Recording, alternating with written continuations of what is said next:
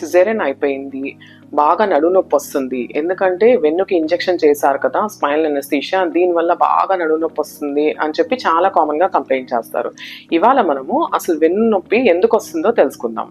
అన్నిటికంటే పెద్ద కారణం పోస్చర్. అంటే ఫస్ట్ మనం ఏం చేస్తాము, బెడ్ మీదే పడుకొని పాలివ్వడానికి ట్రై చేస్తాము, లేదా ఒకవేళ కనుక కూర్చొని పాలిస్తే బిడ్డ వైపు వంగి మనమే వంగిపోతాం పాలిచ్చేటప్పుడు.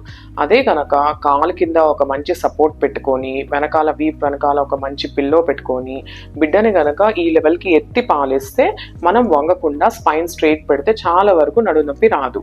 ఇక రెండో కారణం ఏంటంటే మన చుట్టూ ఉన్న వాళ్ళు ఏం చెప్తారు, డెలివరీ అయిపోయింది ఇప్పుడు ఎక్కువ నీళ్ళు తాగద్దు పొట్టొచ్చేస్తుందని, లేదా ఫుడ్ పప్పులు దినుసులు ఇవన్నీ తినద్దు ఎందుకంటే దీనివల్ల బిడ్డ గ్యాస్ రావచ్చు, లేదా పుండు మానద్దు అని చెప్తారు.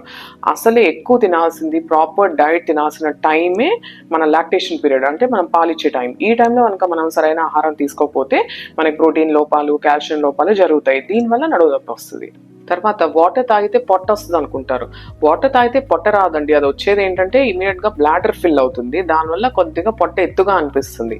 అదే మనం యూరినేట్ చేసిన వెంటనే పొట్ట మళ్ళీ మామూలుగా వచ్చేస్తుంది. మనకున్న పొట్టంతా ఫ్యాట్, అది వాటర్ కాదు. సో మీకు కావాల్సినంత వాటర్ తాగొచ్చు. తర్వాత 4 వారాల తర్వాత ఇప్పుడు బిడ్డను ఎత్తుకొని ఉంటాము, లేదా ఎక్కువ టైర్డ్ అయిపోవటం, ఇవన్నీ జరుగుతున్నాయి కదా.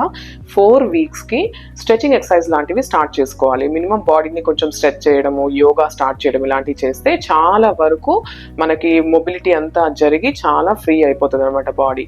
సో అప్పుడు నడుము నొప్పులు వచ్చే ఛాన్సెస్ తగ్గిపోతాయి. కాల్షియం ఐరన్ సప్లిమెంట్స్ కూడా డైట్లో యాడ్ చేయాలి మనం. తర్వాత ముఖ్యమైనది కాల్షియం సప్లిమెంటేషన్, అంటే పాలిచ్చిన రోజులు తప్పకుండా గర్భిణీ స్త్రీలు అంటే పాలిచ్చే తల్లులు తప్పకుండా కాల్షియం తీసుకోవాలి. ఎందుకంటే కాల్షియం చాలా వరకు బేబీ పాలల్లోకి వెళ్ళిపోతుంది అండ్ మదర్ స్పైన్ లో నుంచి కూడా చాలా వరకు కాల్షియం యూటిలైజ్ అయిపోతుంది అనమాట. దీంతో పాటు ఒకవేళ ఐరన్ డెఫిషియన్సీ కనుకుంటే ఐరన్ సప్లిమెంట్స్ కూడా తీసుకోవాలి. సో ఏమేం చేయాలి, ప్రాపర్ డైట్ తీసుకోవాలి, ప్రాపర్ పోస్చర్ మెయింటైన్ చేయాలి అండ్ స్ట్రెచింగ్ ఎక్సర్సైజ్ చేయాలి. For further videos, please follow my page on Facebook, YouTube and Instagram. Thank you.